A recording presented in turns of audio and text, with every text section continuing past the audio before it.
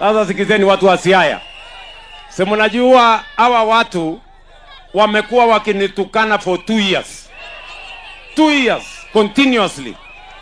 Mara wananiita mwizi, mara wananiita muuaji, mara wananiita nini. Si wamenitukana for 2 years.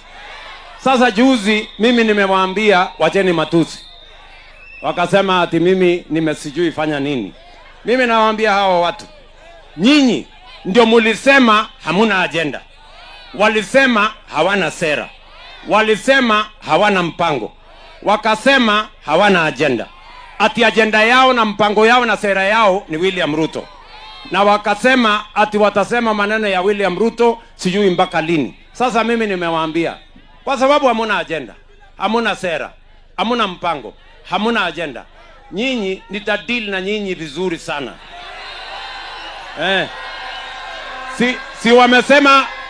Si wamesema agenda yao ni mimi. Si wamesema agenda yao ni mimi. Sasa mimi nawatangazia nyinyi watu wa ukabila. Kwanza wewe mtu mwenye pepo chafu ya ukabila na chuki na kugawanya wananchi wa Kenya. Wewe ambaye unaibia mayatima pamoja na wale ambao hawana mabwana. Wewe ambaye unaumiza watoto wetu na kuwaua. You have no space in the Republic of Kenya. Na tutakuanika my friend. Wewe umesumbua nchi na matusi. Unaenda kwa makanisa yetu, unalete matusi. Unaenda kwa mazishi, unalete matusi. Unajifanya sisi sijui wewe ndio nani.